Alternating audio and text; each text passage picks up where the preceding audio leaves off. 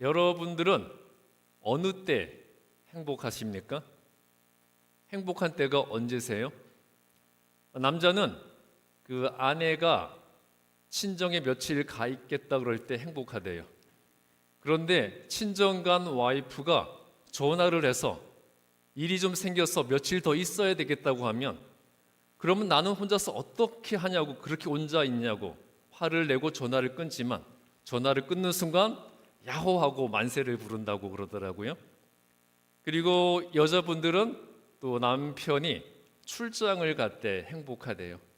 출장 가면 남편이 옆에서 귀찮게 하지 않으니까 좋고, 또 아무래도 출장을 가게 되면 돈도 더 많이 벌어오니까 일거양득, 그리고 일타쌍피가 된다는 거죠. 자, 여러분들은 어떠십니까? 만일 행복이 있고 고통이 있다면 여러분은 무엇을 선택하시겠어요? 행복과 고통, 무엇을 선택하시겠습니까? 당연히 행복을 선택하겠죠. 그런데 중요한 것은요, 고통 없는 행복은 없다는 거예요. 특히 하나님이 예비하신 행복은 역설적인, 패러독시컬한 행복이라는 거예요. 하나님은 검은 보자기 안에 행복을 싸서 우리에게 보내실 때가 많다고 그래요. 검은 보자기에 행복을 싸서 우리에게 보내주신다는 거죠. 자, 검은색이 의미하는 게 뭡니까? 검은색, 죽음, 고난, 절망, 아픔, 어두움, 그런 거를 상징하잖아요. 하나님은 이 고난이라는 검은 보자기, 상처라는 검은 보자기, 때로는 질병이라는 검은 보자기 안에 행복을 싸서 우리에게 보내주신다는 거예요.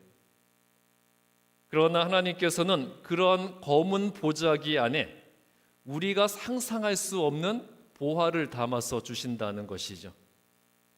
그러므로 이 고난과 상처와 시련이라는 검은 보자기를 벗겨내 버리는 용기와 그 안에 담겨져 있는 보화에 대한 믿음만 있다면, 하나님께서는 우리의 슬픔과 절망과 그리고 좌절을 기쁨과 희망과 감사로 바꾸어 주시는 겁니다.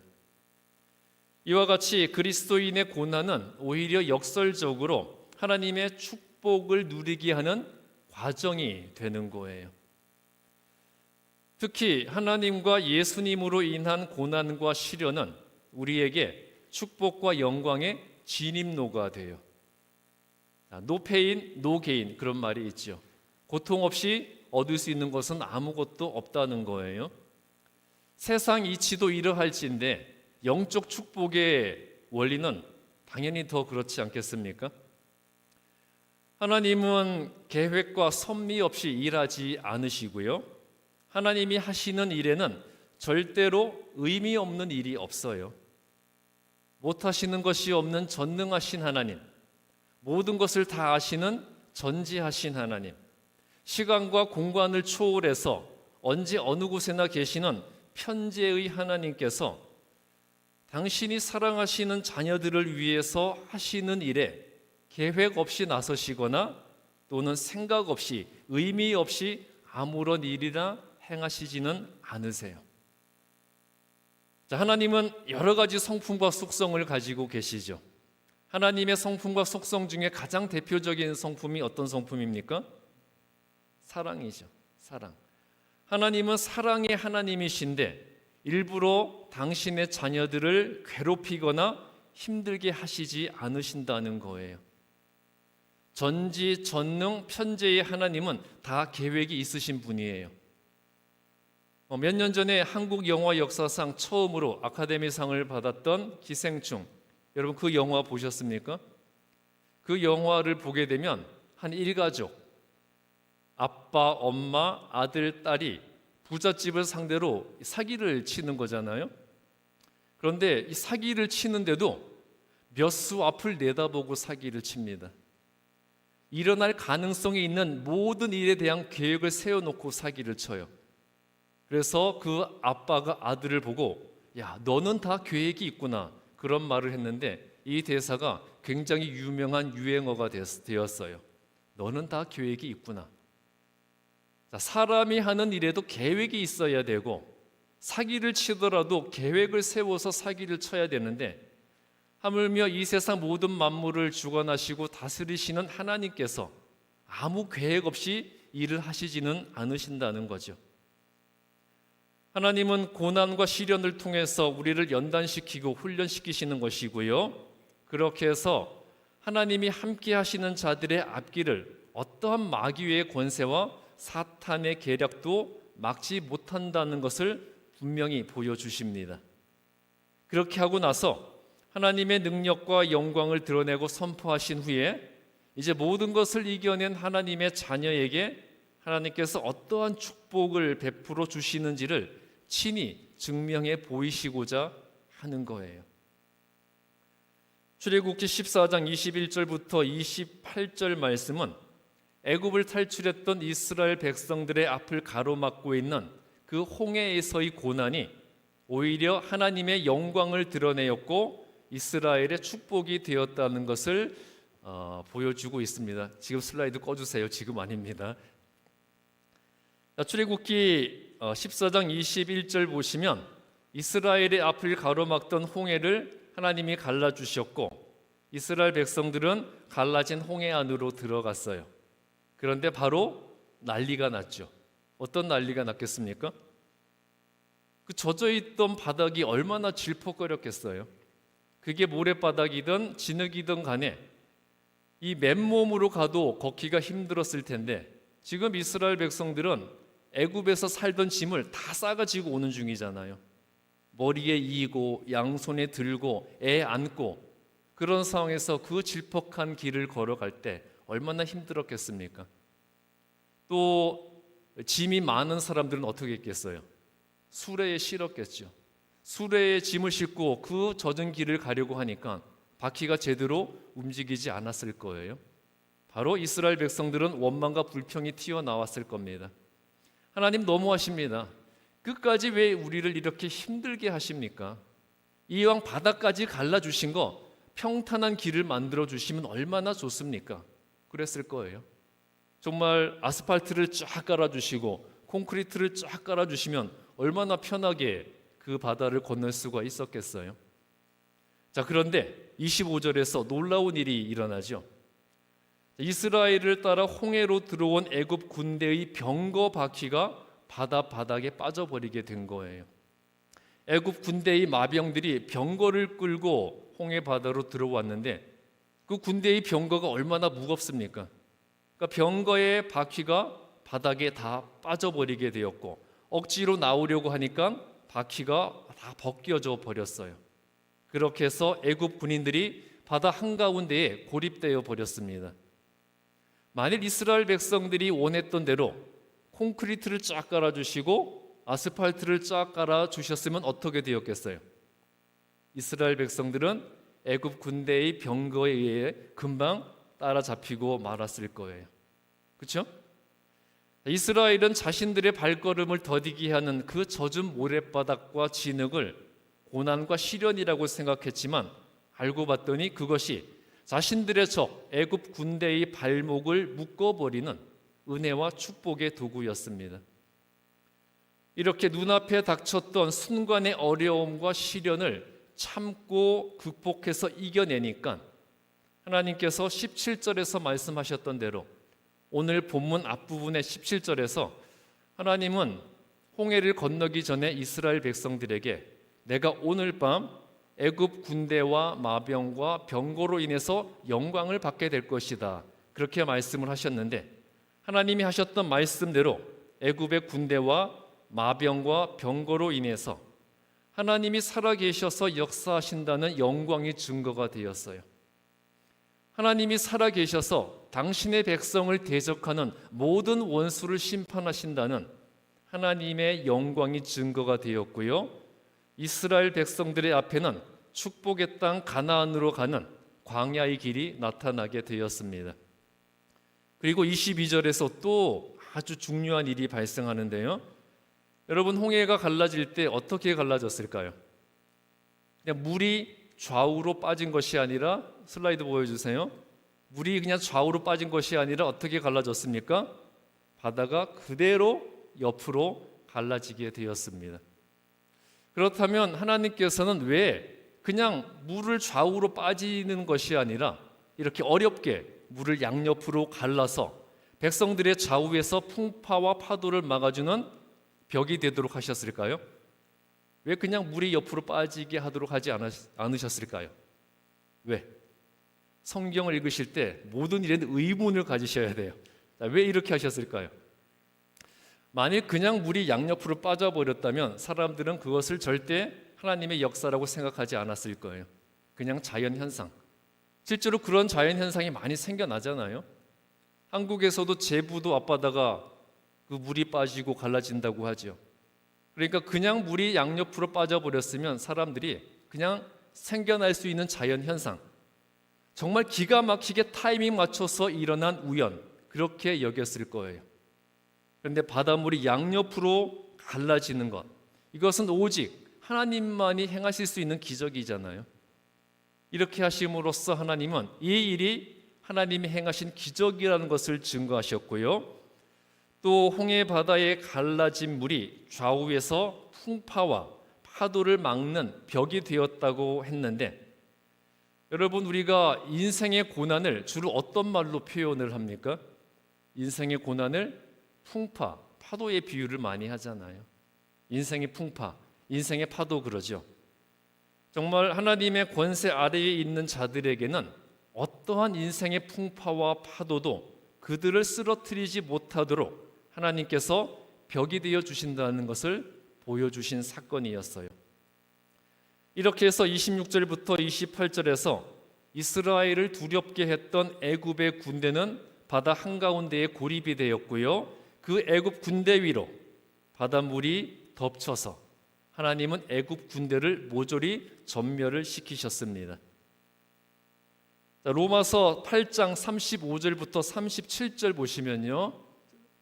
로마서 8장 35절부터 37절 보시면 우리가 인생에서 어떠한 환난이나 고난을 겪고 또 죽임을 당하게 되더라도 그 가운데서도 하나님은 하나님의 보호 아래 있는 자들, 즉 하나님의 백성들을 대적하는 어떠한 사람이나 어떠한 존재나 어떠한 상황과 환경까지도 다 이기도록 해주신다고 말씀하고 있어요. 어떠한 고난, 어떠한 환난, 어떠한 상황까지 다 이기게 해주시는데 어떻게 이기게 해주신다고 하셨습니까? 넉넉히 이기게 해주신다고 약속하고 계세요. 그러므로 우리는 하나님에 대한 믿음으로 우리가 겪고 있는 현재의 고난에 집착하는 것이 아니라 미래를 바라보며 나가는 자의 앞에는 반드시 축복의 땅 가나안이 예비되어 있다는 것을 믿으셔야 합니다. 그게 믿음이에요.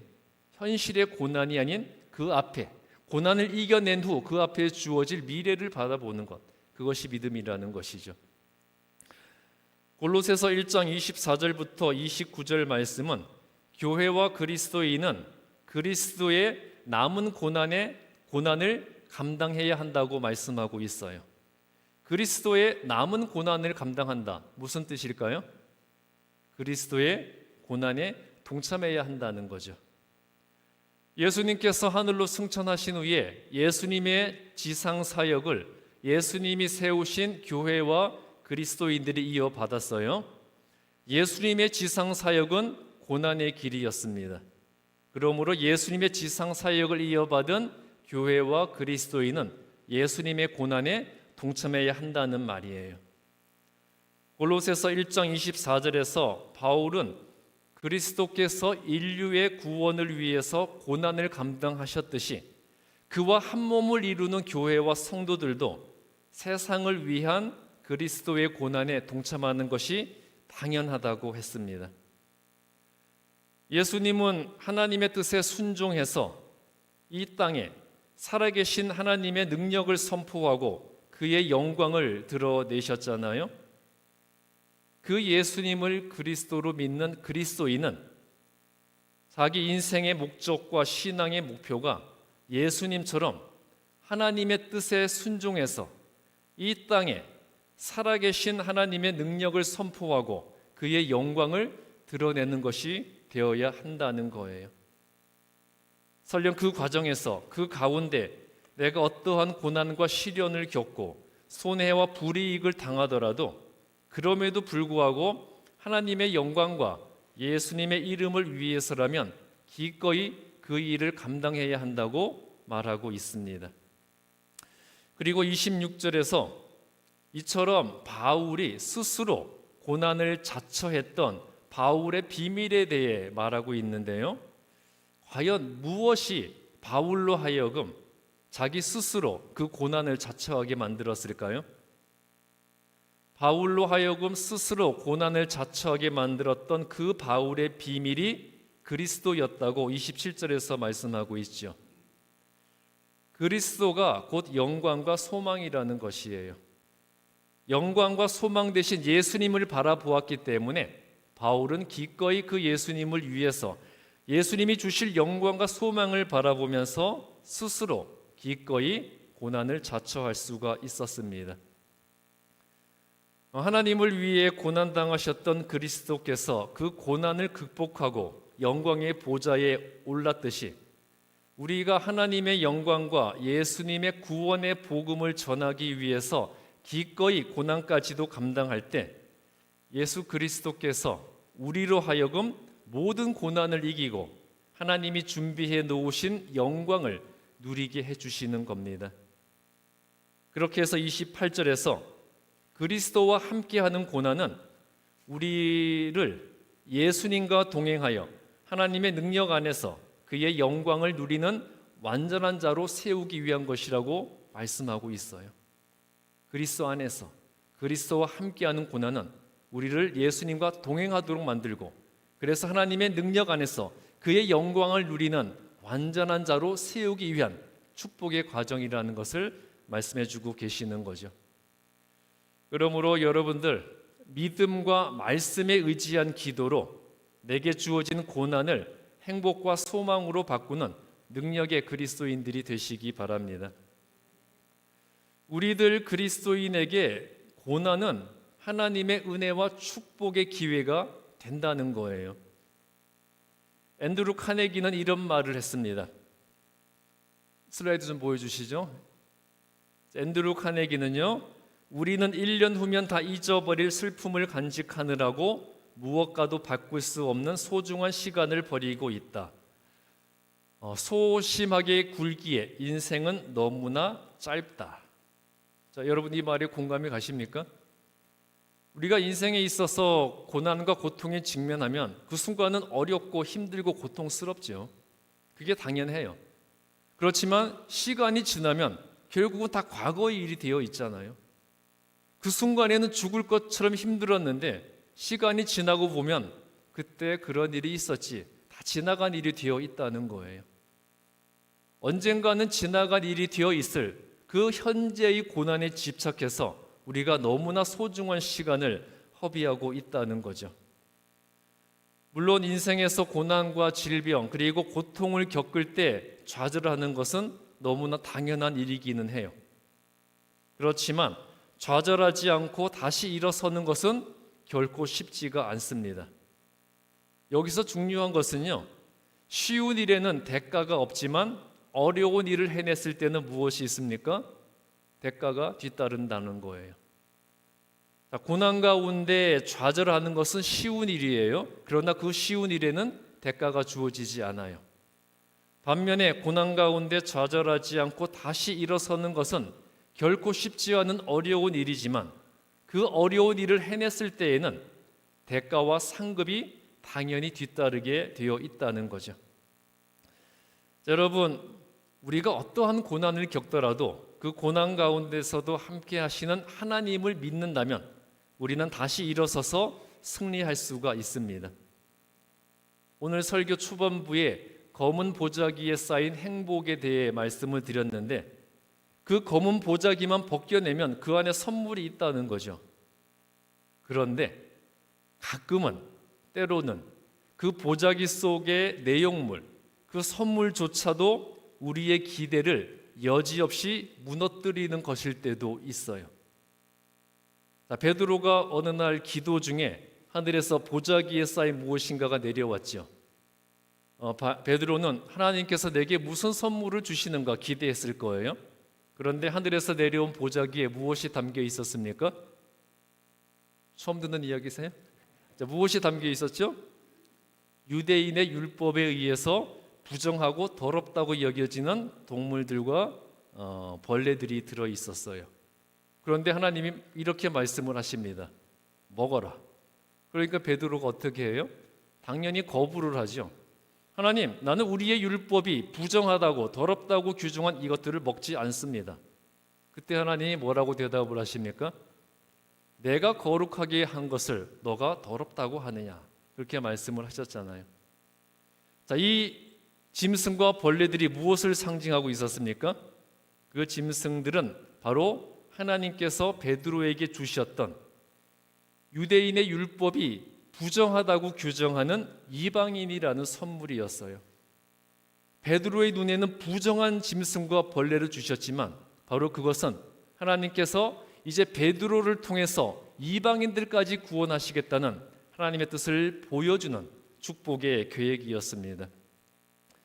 그래서 이 사건을 계기로 교회와 복음이 유대인과 예루살렘을 뛰어넘어서 세계를 향해 나아가는 계기가 되었어요. 영국의 위대한 설교가였던 찰스 스펄전 목사님은 이런 말을 했습니다. 하나님께서 그 자녀를 풀무에 던지실 때 하나님도 그 안에 계십니다. 하나님의 자녀가 풀무에 던져질 수도 있다는 거예요. 그런데 그 안에 하나님도 함께 계시다는 거죠. 여러분, 풀무불이 어떤 불입니까? 어떤 불이에요? 쇠를 녹이는 불이죠. 그러니까 용광로라고 생각을 하시면 돼요. 그냥 불구덩이에 사람이 떨어지면 바로 죽지 않아요. 그 불을 피해서 좀 뛰어다닐 수도 있고, 그리고 구출될 시간과 기회도 있어요. 그런데 풀무불, 용광로에 사람이 떨어지면 어떻게 됩니까? 떨어지는 순간, 바로 그 순간 온몸이 다 뼈까지 녹아버릴 거예요. 그렇죠? 여러분, 아주 오래전에 했던 터미네이터 2 그 영화 보셨습니까? 그 영화 보시면 유명한 장면 나오죠. 저 장면. 자, 터미네이터가 스스로 용광로에 들어갔는데 마지막 순간에 용광로 밖으로 팔을 내밀고 엄지손가락을 딱 펼치죠. 유명한 장면인데 저거는 영화니까 가능한 거예요. 실제로는 풀무불, 용광로에 떨어진 순간 바로 죽게 되어 있습니다. 그러니까 이 풀무불에 던져진다는 것은 어떠한 희망도 가질 수 없는 절망의 상황이라는 거예요. 그런데 그 풀무불에 던져지더라도 바로 그 안에 하나님이 함께 계시다는 거죠. 성경에는 실제로 풀무불에 던져진 사람들이 있었습니다. 누구였습니까? 누구예요? 다니엘의 세 친구인 사드락, 메삭, 아벳느고. 바벨론 왕 느부갓네살이 이 세 사람을 풀무불에 던져 넣었는데 하나님께서 그 안에서 그들을 지켜주셨어요. 이 세 사람을 풀무불에 던져 넣었던 바벨론 왕 느부갓네살의 눈에 그 풀무 안에서 이 세 사람과 함께하고 계시는 하나님의 모습을 보게 되었습니다. 풀무에 던져지더라도, 세상과 인간의 눈으로 볼 때 절망의 상황에 던져지더라도 하나님의 자녀가 있는 곳에는 하나님도 함께 하시고 그 모든 것을 이기게 해주신다는 거죠. 여러분, 연장, 아무리 좋은 연장이 있어도 사용 방법을 모르면 아무 쓸모가 없는 거예요. 연장은 사용할 줄 아는 사람의 것이에요. 우리가 고난이라는 연장을 잘 사용하면 반드시 크게 승리할 수 있습니다. 고난이 우리를 승리하도록 만드는 연장이 되어준다는 거예요. 어떠한 고난이 주어지더라도 피할 수 없는 고난이라면 여러분 그것을 그냥 친구 삼고 살아가 보세요. 한국에서 군대에 가면 요즘은 모르겠는데 제가 군대 갈 때까지만 하더라도 어디나 이런 글이 적혀 있었습니다. 피할 수 없으면 즐겨라. 군대 갔다 오신 분들 다 아시죠? 피할 수 없으면 즐겨라. 어차피 군대 왔잖아요. 피할 수 없는 상황입니다. 그러니까 즐기라는 거예요. 여러분들도 피할 수 없는 고난이라면 주님과 함께 즐기시고 그것을 친구로 삼고 살아가시기 바랍니다. 그러한 고난 가운데서도 우리가 언제나 하나님의 뜻 안에만 있다면 고난까지도 기쁨과 소망으로 바꾸어 주시는 하나님의 능력과 예수님의 권세를 누리게 될 것입니다. 자, 여러분, 우리가 사순절 첫 번째 주일을 보내고 있습니다. 이 사순절을 예수님의 고난에 동참하는 거룩한 절기로 보내시고요. 그 가운데서 고난까지도 기쁨과 희망과 감사로 바꾸시는 그 하나님의 능력과 예수님의 권세를 여러분들이 내 스스로 정말 내 개인적으로 절실하게 경험하고 체험하시는 거룩한 사순절을 보내시기를 주님의 이름으로 축복합니다. 기도하겠습니다.